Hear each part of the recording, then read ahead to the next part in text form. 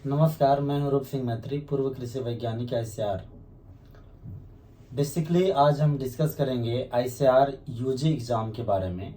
जो भी विद्यार्थी 12वीं की परीक्षा पास कर चुके हैं या 12वीं में अभी रिजल्ट आना बाकी है, यदि वो तैयारी कर रहे हैं आईसीआर एग्ज़ाम की, एग्रीकल्चर में अपनी करियर बनाने के लिए, साइंटिस्ट बनने के लिए मेरी तरह एग्रीकल्चर की दिशा में, तो उन लोग खास करके फिजिक्स केमिस्ट्री बायोलॉजी के स्टूडेंट या फिर पीसीएम ग्रुप के लोग या एग्रीकल्चर केमिस्ट्री और बायोलॉजी ग्रुप के लोग, यानी एग्रीकल्चर जो स्ट्रीम होता है 12वीं के, वो स्टूडेंट वो आईसीआर AIEE यूजी की एग्ज़ाम की तैयारी कर सकते हैं और अपनी फ्यूचर है एग्रीकल्चर की दिशा में बना सकते हैं।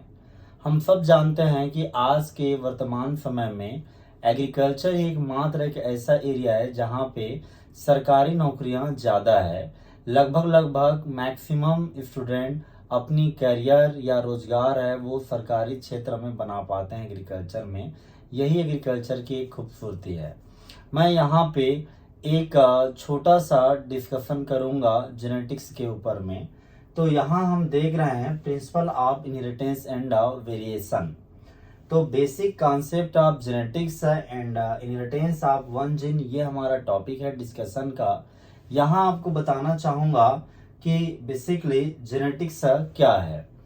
तो जैसे हम जानते हैं कि हाथी है वो अपना बच्चा जो देता है वो हाथी का ही बच्चा होता है, वो कुत्ते का बच्चा क्यों नहीं होता। तो आज के टाइम पे किसी को पूछा जाए कि हाथी का बच्चा हाथी ही होता है, कुत्ता बिल्ली क्यों नहीं होता, तो ये बड़ा अजीब सा सवाल होगा। तो हाथी है तो हाथी ही तो जन्म देगा ना। लेकिन सवाल ये होता है कि उस हाथी के ही जैसे क्यों होता है, वो हाथी ही क्यों होता है। इंसान का बच्चा इंसान ही क्यों होता है, वो कुत्ता क्यों नहीं होता, बिल्ली क्यों नहीं होता। अब ये कह दोगे कि प्रकृति ने बनाया है, तो वो क्यों और कैसे वो आता है यदि हम फिजिकल रूप से समझने की कोशिश करें। तो जिस तरह से हाथी है वो अपने बच्चे जो देता है वो भी हाथी होता है, उसी तरह से एक आम का पेड़ का जो बीज होता है उसको जब लगाते हैं तो आम का ही पेड़ आता है, उससे बेर या पपीता का पेड़ नहीं आता। तो ऐसे सवाल का जवाब आपको साइंस की एक ऐसे शाखा से मिलता है जिसका नाम है जेनेटिक्स।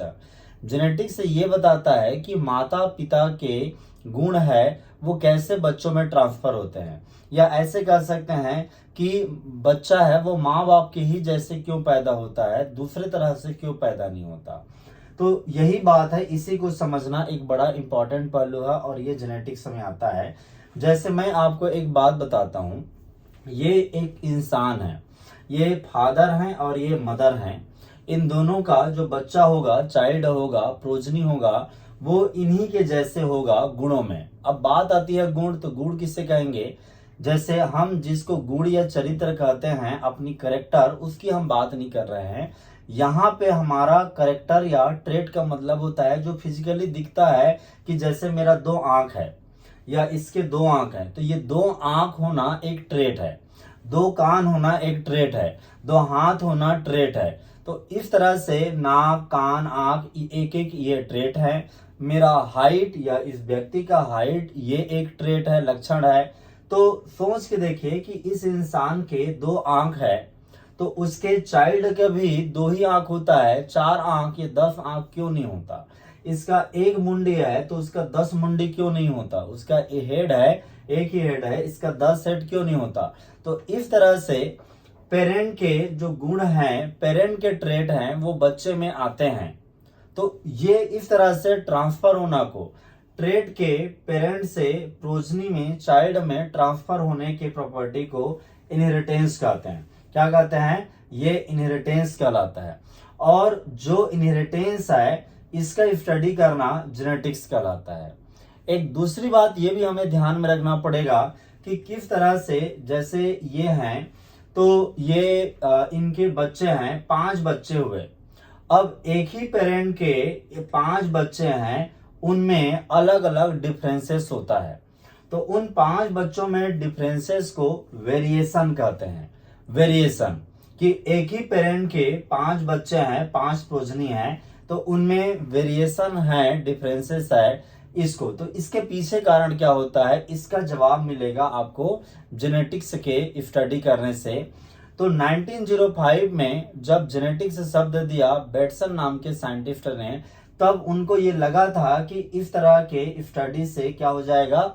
हाँ, जेनेटिक्स पे काम पहले मेंडल ने कर दिया था, ग्रेगर जॉन मेंडल, जो एक ऑस्ट्रिया देश है, वहां एक प्रीस्ट हुआ करते थे।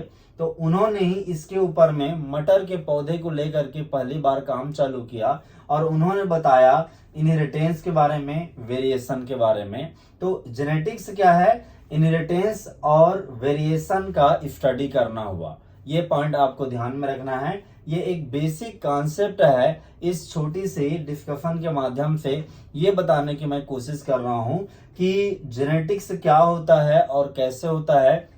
कुछ चीजें डायरेक्ट एग्जाम फैक्ट नहीं होते। यहाँ पे एक एग्जाम फैक्ट ये है कि इनहेरिटेंस का परिभाषा पूछ दिया, और इनहेरिटेंस को हेरिडिटी भी कहते हैं, मतलब पीढ़ी दर पीढ़ी या जनरेशन बाय जनरेशन कोई करेक्टर है। जैसे दादाजी के 2 आंख थे, पिताजी के 2 आंख हैं, अब बेटे के भी 2 आंख है, नाती के भी 2 आंख होंगे। तो ये 2 आंख एक ट्रेट है, उसका ट्रांसफर होना वो इनहेरिटेंस कहलाता है। तो यहाँ पे जेनेटिक्स को मैंने एक्सप्लेन करने की कोशिश की। आई होप आपको समझ में आ गया होगा।